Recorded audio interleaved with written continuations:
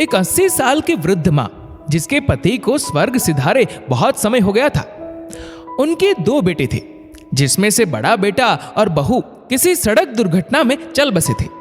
इसी कारण वृद्ध माँ ने सारी संपत्ति उसके छोटे बेटे के नाम कर दी थी। संपत्ति लिखते समय छोटे बेटे ने वादा किया था कि वह वृद्ध माँ की अच्छी तरह से देखभाल करेगा, किंतु वह अपनी जबान का पक्का नहीं रहा। उसकी पत्नी रोशनी का व्यवहार भी वृद्ध माँ से अच्छा नहीं था। वृद्ध माँ को समय से ना तो भोजन मिलता या बाजार से आई कोई चीज नहीं मिलती। ये सब देखकर वृद्ध माँ की आंखों में आंसू आ जाते। छोटा बेटा मनोज और बहू अपनी वृद्ध माँ को हैरान परेशान करते थे। इसी वजह से वृद्ध माँ रोने लगती। पूरे परिवार में मनोज की छोटी बेटी राधा ही वृद्ध माँ के प्रति प्यार रखती थी। एक बार मनोज ने रिश्तेदारों को खाने के लिए अपने घर बुलाया था और सब जगह मेहमान विश्राम कर रहे थे। मसालेदार खाना, मिठाइयाँ और कई तरह के पकवान पक रहे थे और उसकी सुगंध चारों तरफ फैल रही थी। वृद्ध माँ अपने रूम में बैठी थी और वृद्ध माँ ने कहा कि मैंने ऐसे कौन से कर्म किए हैं जो मुझे खाना भी खाने के लिए नहीं मिल रहा। वृद्ध माँ को बहुत जोर से भूख लगी थी। उसे रहा नहीं गया। वह जैसे तैसे चलते चलते अपने रूम से बाहर आई। रोशनी तैयारियों में व्यस्त थी। उसे सांस लेने का भी समय नहीं था। सुबह से ही आराम नहीं मिला था। अचानक रोशनी ने वृद्ध माँ को उन तरह तरह के पकवानों के पास देख लिया और उसे देखते ही चिल्लाते हुए बोली, आपके पेट में इतनी आग लग गई है क्या? इतनी भूख तो हमको भी नहीं लगती, तो आपको कैसे लगती है?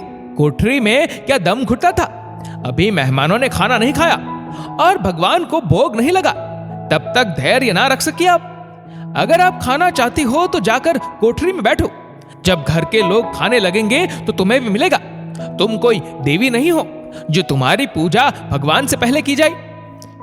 ये सब सुनकर वृद्ध माँ अपने रूम में चली जाती है और रोने लगती है और कहती है कि क्या ये सब भगवान देखते नहीं होंगे कि कैसे एक वृद्ध माँ के साथ अत्याचार किया जा रहा है। वृद्ध माँ बुलाने की प्रतीक्षा करने लगी। कई घंटे बीत गए, लेकिन कोई भी उनको खाना खाने के लिए बुलाने के लिए नहीं आया, या तो कोई उसे खाना देने भी नहीं आया। वृद्ध माँ को ऐसा लगा कि मैं कोई मेहमान तो हो नहीं कि कोई मुझे बुलाने के लिए आए। वृद्ध माँ चलने के लिए तैयार हो गई। जैसे ही वह बाहर पहुंची, सभी मेहमान खाना खा रहे थे। वहां पर उनका छोटा बेटा मनोज था। जैसे ही उसने देखा कि उनकी वृद्ध माँ बाहर आई हुई है, मनोज ने वृद्ध माँ से कहा कि अभी मेहमानों ने खाना नहीं खाया और भगवान को भोग नहीं लगा, तब तक धैर्य ना रख सकी आप? ये सुनकर वृद्ध माँ फिर से अपने रूम में चली गई। रात के 11 बज गए, लेकिन वृद्ध माँ अब भी भूखी ही थी। उसको अभी तक खाना नहीं मिला था। रोशनी और उसकी छोटी बेटी राधा सो रही थी, लेकिन राधा को नींद नहीं आ रही थी, क्योंकि उसको मालूम था कि मेरी दादी माँ अब भी भूखी है। इसलिए उसने अपनी खुद की रोटियां दादी माँ के लिए बचा के रखी थी। जब उसे विश्वास हो गया कि माँ सो रही है, तो वह अपनी रोटियां लेकर वृद्ध माँ के रूम की तरफ गई और अंदर जाते ही राधा ने दादी माँ को कहा कि दादी माँ उठो, मैं आपके लिए खाना लेकर आई हूं। वृद्ध माँ उठी और उसने राधा को प्यार से अपनी गोद में बिठाया और पूछा, क्या ये खाना तुम्हारी अम्मा ने दिया है? राधा ने कहा, नहीं, ये मेरे हिस्से की रोटियां आपके लिए लेकर आई हूं। ये बात सुनकर वृद्ध माँ ने कहा कि तुम्हारी मम्मा मुझे खाना देने नहीं आई, तो तुम क्यों मुझे खाना देने आई हो? तब राधा ने कहा कि दादी माँ, बूढ़े माता पिता को खिलाना भगवान को खिलाने के बराबर होता है। यदि मैंने आज आपको खाना खिलाया है तो मैं यही समझती हूँ कि मैंने मेरे कान्हा को खाना खिलाया है। राधा के मुंह से ये बात सुनकर वृद्ध माँ कहती है, सच में बच्चे भगवान का रूप होते हैं। राधा अपने माता पिता का वृद्ध माँ पर किए गए जुल्म को हर रोज देखती थी। अगली सुबह किसी कारणवश वृद्ध माँ स्वर्ग सिधार गई। समय बीतता गया। अब राधा 25 साल की हो चुकी थी और माता पिता रोशनी और मनोज बूढ़े हो चले थे। राधा को अब भी उसके दादी माँ पर किए गए अत्याचार उसकी आंखों के सामने आ रहे थे। एक दिन राधा ने सिर्फ उसके लिए खाना बनाया, लेकिन उसके बूढ़े माता पिता के लिए खाना नहीं बनाया। राधा खाना खाकर अपने रूम में चली गई। दूसरी तरफ उसकी बूढ़ी माता सोच रही थी कि आज राधा ने खाने के लिए हमको नहीं बुलाया, ऐसा क्यों किया उसने हमारे साथ। वृद्ध माँ राधा के पास जाती है और राधा को कहती है कि आज तुमने अकेले खाना खा लिया, लेकिन तुमने हमारे लिए खाना क्यों नहीं बनाया। मैंने तुमको जन्म दिया, तुम्हें उंगली पकड़कर चलना सिखाया, पाला पोसा, हमने न जाने क्या क्या किया तुम्हारे लिए, तुमको पढ़ाया लिखाया, एक काबिल इंसान बनाया, लेकिन आज तुमने हमारे प्यार का ये सिला दिया।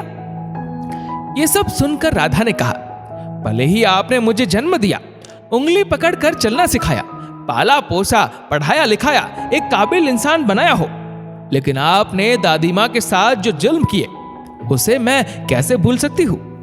जब आपने दादी माँ को यह कहा था कि अगर आप खाना चाहती हो तो जाकर कोठरी में बैठो, जब घर के लोग खाने लगेंगे तो तुम्हें भी मिलेगा। तुम कोई देवी नहीं हो जो तुम्हारी पूजा भगवान से पहले की जाए। ये सब आपके मुंह से निकली हुई बातें अभी तक याद है मुझे। भले ही मैं उस समय छोटी थी, लेकिन मुझे सब समझ में आ रहा था। राधा के मुंह से ये बातें सुनकर बूढ़ी माता की आंखों से आंसुओं की धारा बहने लगी और उसे अपनी मां के साथ किए गए सारे जुल्म उसकी आंखों के सामने आ रहे थे। और उसने रोते हुए भगवान से कहा कि हे भगवान, मुझे माफ कर दो। जो जो जुल्म मैंने अपनी मां के साथ किए थे, उसी के कर्मों का फल आज मुझे मेरी बेटी बड़ी होकर दे रही है। जब आप अपने बूढ़े माता पिता को खाने के लिए खाना नहीं देते हो और उसके साथ जुल्म करते हो, तो ये सब आपके बच्चे देखते ही होते हैं, और वही बच्चे बड़े होकर आपके साथ यही करते हैं, क्योंकि वही बच्चों ने ये सब देखा हुआ है। इसलिए कहते हैं कि जो इंसान जैसा कर्म करता है उस इंसान को वैसा ही फल भुगतना पड़ता है। इसलिए हमेशा बुजुर्गों का सम्मान करें और उसके लिए प्यार से खाना बनाकर खिलाए और आदर सम्मान से बातें करें। अगर आप अपने बूढ़े माता पिता को पहले खाना खिलाएंगे तो समझिए कि खाना भगवान खा रहे हैं, क्योंकि वृद्ध माता पिता ही भगवान का रूप होते हैं। दोस्तों, इस वीडियो को लेकर आपकी क्या राय है, नीचे कमेंट करके जरूर बताएगा। और अगर आपको वीडियो अच्छा लगा हो तो वीडियो को लाइक करेगा, शेयर करेगा ज्यादा से ज्यादा लोगों तक, और ऐसे ही और भी इंस्पिरेशनल वीडियोस के लिए सब्सक्राइब करें हमारे यूट्यूब चैनल को और फेसबुक पर फॉलो करें हमारे पेज को। धन्यवाद।